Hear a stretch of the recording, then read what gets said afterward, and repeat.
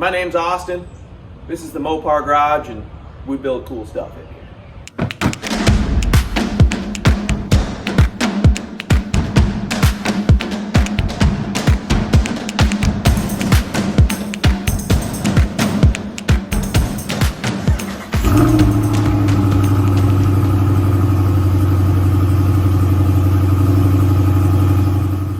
What's going on, guys? Back on our Shelby Daytona project today on this beautiful winter South Carolina day. Today it's going to be a how-to video on how to do our timing belt on these engines. Now, I noticed online or on YouTube that there were absolutely zero videos on a full process on how to do these timing belts. And although this car is rare, this Shelby Daytona, this engine was used in pretty much everything Chrysler in the 80s and 90s. It came in obviously a non-turbo version. So basically Chrysler New Yorker, LeBaron, Dodge Shadow, Chrysler Aries, all your K cars, the Caravan back then, all used some kind of version of this platform. And this is a 2.2 turbo, but the 2.2 and 2.5 are the same block, same engine. The 2.5 is just bored out. So doing the timing belt on these is really not that bad of a job. It might seem intimidating for someone who's never done it before, but it's not that big of a deal. We don't usually do how-to videos on this channel, but actually I did notice that there were none on YouTube, and then somebody had actually reached out a couple videos ago and commented that they wanted a how-to video on it. So we're gonna include as much how-to detail as we can, but also make it kind of exciting. How-to videos can get kind of boring if you show every single step. So it's not gonna be the best how-to video, but it should get it done for you. Step one is to basically remove your upper timing belt cover. Okay, this guy sits on here. Undo the two bolts, pop it out, or two nuts, I should say. There's also a lower cover. So first thing you want to take note of when you pull this is timing belt tension, okay? This is exactly how you want it to ride on that camshaft gear up here, right? So tension on these is, this one actually feels slightly loose, but tension is kind of by feel. What you don't want to have happen is you don't want it too tight. This belt will ride to the outside, right? And then it'll eventually push its way into the cover and wear the belt down and all that good stuff. Plus that puts a lot of tension on these camshafts. These camshafts are actually remarkably easy to break. It doesn't take a whole lot. So step one is to pop that cover off. Then you jack the right side of the car up, remove the wheel and tire, and then you're going to want to remove this guy right here is covering our crankshaft section of where the timing belt goes. So this bolt right here, I think there's another one under here, pretty self-explanatory on this one though, so we're gonna pull that off. All right, couple bolts and our lower cover is off.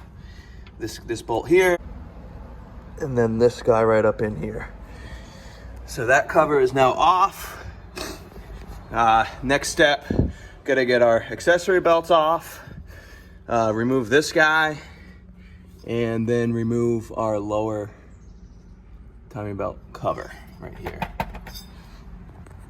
All right, let's remove our accessory belts. So alternator / water pump belt, I've got it loose already, but there's just a lock nut here.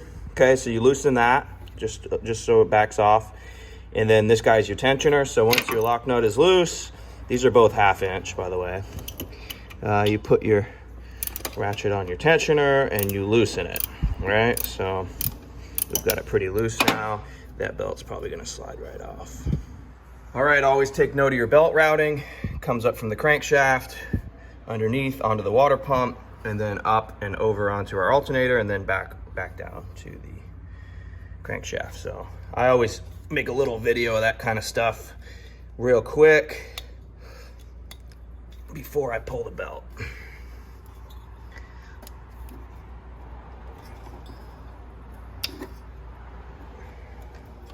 Okay. All right, see how well you guys can see it. Right here is our tensioner. Okay, it's got this bolt right there. that's on a track that slides. So you loosen that up, and that should break that whole thing loose, and then this belt should come right off. Now when you go to retension it, you stick a 1/2-inch drive ratchet in this guy right here with that bolt loose, pull her back tight with that ratchet, and then tighten that bolt to lock it in. So we're gonna loosen that bolt. It's probably a 1/2 inch. All right, power steering belt's off. That bolt is actually kind of a pain to get to. There's holes in the pulley that you got to get an extension through. Get the extension and the socket on the bolt, and then hook your ratchet up once the extension and the socket is on the bolt. It was actually a 5/8, so a little bigger. And then once you loosen that guy, you'll be able to have your movement, right? So that'll loosen up that belt. So accessory belts are all off. Let's move on to removing our crankshaft pulley.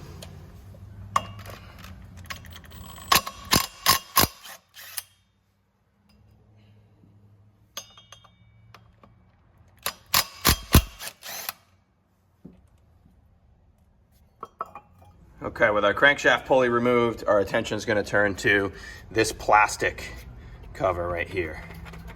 Okay, this is the lower half of your plastic timing belt cover. So let's see, looks like we got a bolt there. And then can't get the camera up to it, but we got one on this side too. So a couple bolts. We'll pull that off, and that'll give us complete access to the timing belt and our tensioner.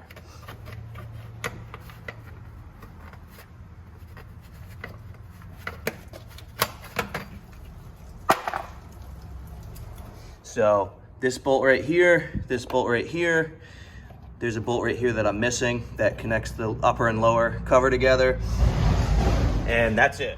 Okay, so now we have full view of the lower side of the timing belt. This is our tensioner. This is our crankshaft. This is our intermediate shaft. So our intermediate shaft controls spark timing, right? It's a shaft that goes through over to the distributor. So if you've broken a timing belt, right, what the steps I'm about to show you won't help you all the way. You do have to do ignition timing, right? And there's plenty of videos on YouTube about how to do that. But since our timing belt here is not broken, we're just gonna line up all the marks, right, and then be able to throw a new timing belt on. We don't have to screw with ignition timing because our belt is intact, right? So there's two marks, one right here on the crankshaft. There's one that matches on the intermediate shaft. You have to rotate the crank until those two face each other, right? Boom, boom. And then you have to make sure cylinder one is on top dead center, okay? So those two marks have to face each other. And then there'll be a mark up here on this guy on our camshaft timing sprocket, and that's gonna have to point straight up, right? So if your belt is intact, all you're gonna do is rotate the motor until this dot's straight up and the two dots on the bottom two are facing each other, right? Simple as that.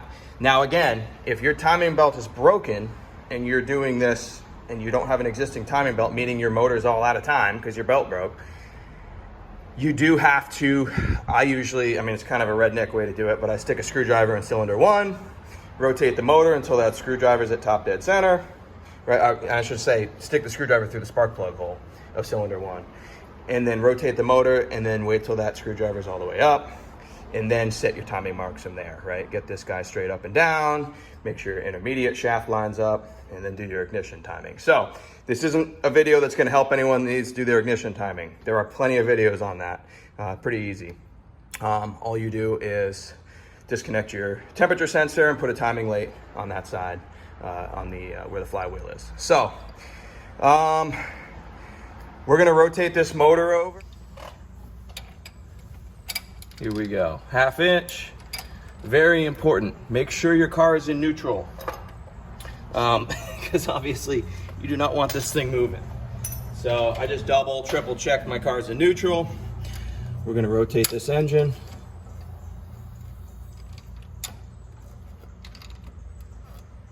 Okay, boom. This guy lined up with that guy, okay? Boom, lined right up. There's probably a mark here on the case as well. I'll have to clean that up and see. I bet you there is though. Take a little carb cleaner to it. But anyway, we're lined up here.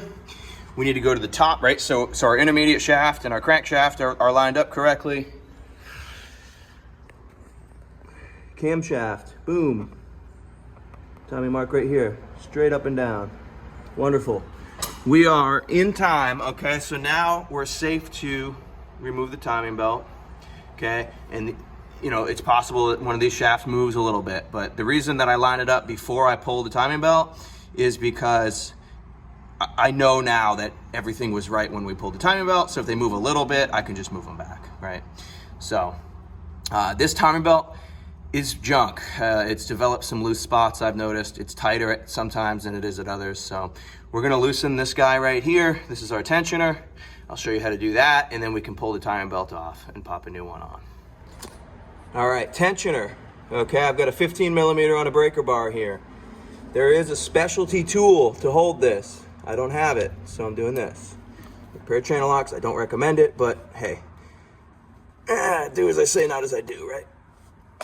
Boom, okay, tensioner's loose. All right, you can see how this kind of works, right? This guy, you turn it in to tighten, turn it out to loosen. This is your lock. So when you tighten this bolt, it locks it in. Boom, boom, okay? This kit did come with a brand new tensioner, so we will be utilizing that.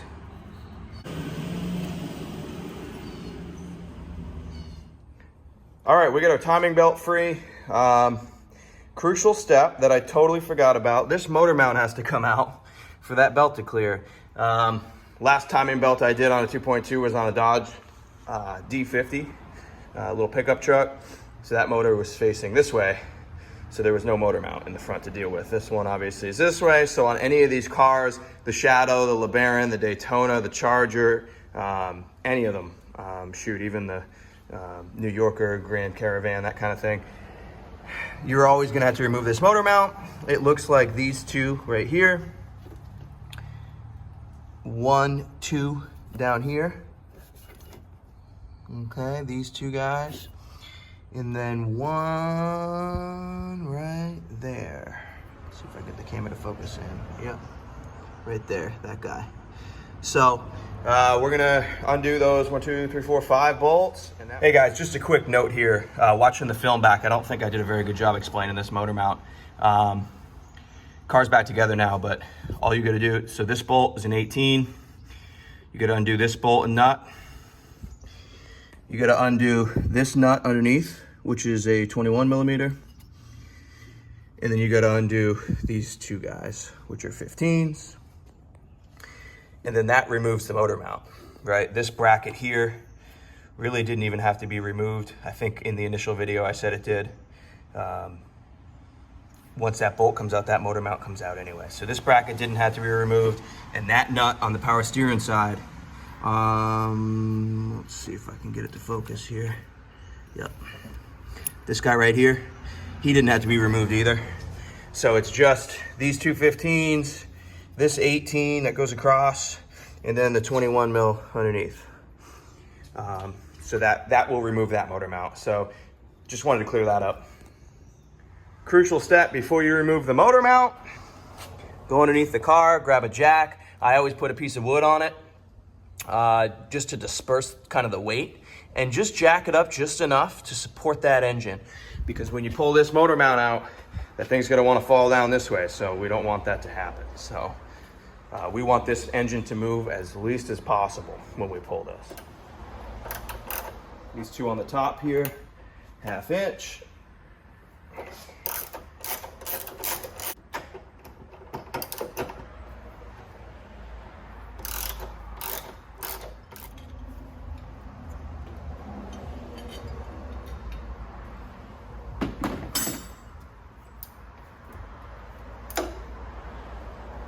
All right, so motor mount is loose. Looks like for the belt to clear, we're gonna have to remove our AC bracket as well. First step to doing that is to pull off your AC belt tensioner, which is these two bolts right here, 1, 2. And then it looks like your standard 1, 2, and a couple on the bottom. So it looks like 4 bolts on the front. The tensioner, which is these 2 bolts. And then that bracket will come out because we need to get this guy right here out of the way. Our motor mount's loose, but got to get this guy out of the way for the belt to clear on its way out.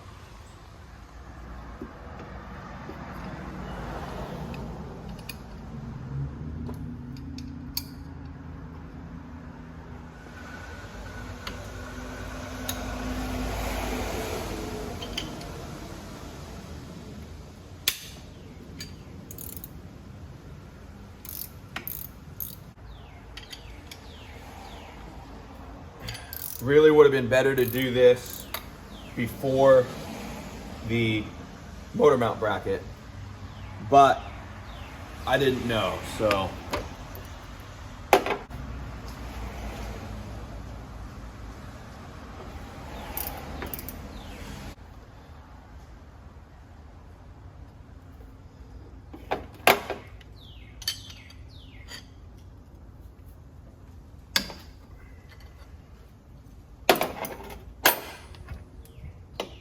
All right, success.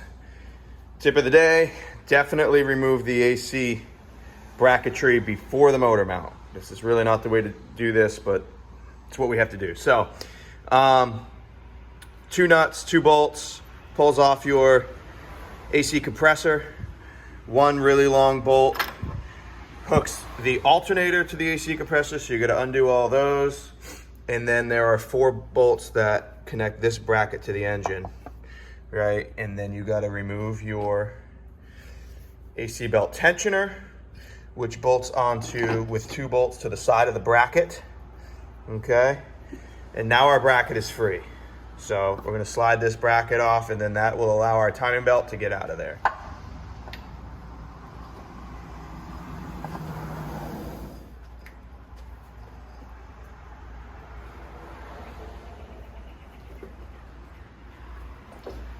See how old and crusty that belt was. It was getting stretched out pretty bad. So glad we're doing one. All right, our new tensioner's in place. Our belt is on, marks are lined up. A little tip when doing these is your crankshaft sprocket and your cam sprocket up top are gonna be kind of hard to move. The intermediate shaft is really easy to move. You can just take that thing and spin it free. So I usually start it on the intermediate shaft, like I wish I had filmed this, but I usually started a 1/2 or 2 off, so where this mark is kind of over here, because as you wrap it onto this guy, it's going to rotate that intermediate, so you kind of get a feel for it as you're doing it. But you kind of have to make that intermediate shaft off a 1/2 or 2, so that way when you rotate it on, it kind of pulls into time there. So we are lined up. We'll double check the top on the camshaft. We are still lined up. That hole has to meet this fin right here. Okay, perfect. Now we just tension it and start putting everything back together. Ideally, I've got the turbo and the fuel rail out of this car and everything, so I can't run it. But ideally, when I put everything back together, right, you're looking for the correct tension on here. I'll start the car and run the belt with the top cover off, just so you can kind of see how it's tracking. Because if the belt's tracking too far this direction, it's too tight. If it's too far this direction, it's too loose. So right now it looks pretty good. We'll put some tension on it. Usually about a little over a 1/4 inch of tension is correct on these. So we'll start to tighten this guy up. Okay, we got our specialized tool here again. Oh, it's gonna go this way.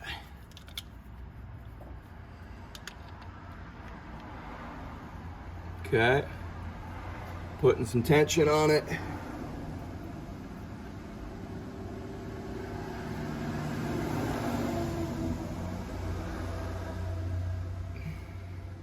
It's kind of by feel. It's a little tight there. I like it right there.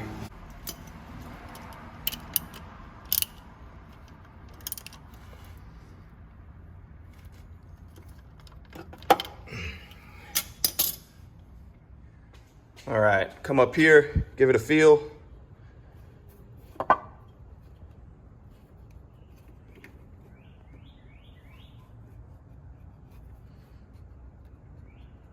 Feels about right. All right, our lower plastic cover for our timing belt is on. Time to put on our belt pulley.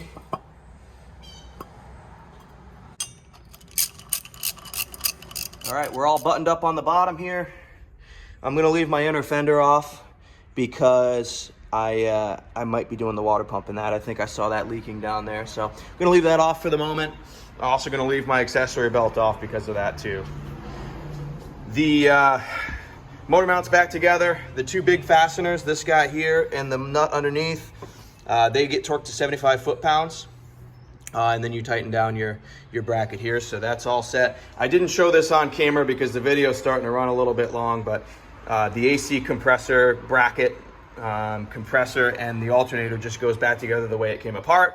You got your 4 or 5 fasteners for the bracket in behind, your couple fasteners that hold this guy on, and then your one long bolt that holds your alternator on. So all that is all together, and we're all set. I can't start the car again because the fuel rail and turbo are off of it. So normally what I would do is I would leave my upper timing cover off, start it, and just make sure that thing rides where it should be riding. But it does feel right to me. It should be good. Not too bad of a job, guys. This is, as you can see, number one, I am not an instructor. I don't do instructional videos, so probably could have done a better job, I'm sure.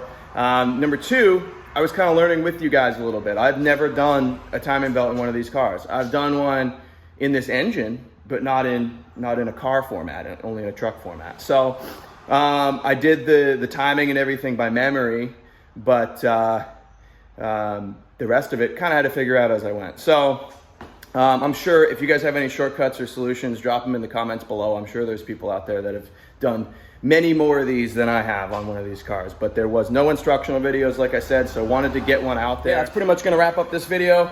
Appreciate all the support. The subscribers have been, like I said, rolling in pretty steady lately. We won't do a ton of these instructional videos. Like I said, it's not really what we do in the garage, but just wanted to get one out there for everybody. So now you know how to do a timing belt in a 80s and 90s Dodge car. See you guys on the next one.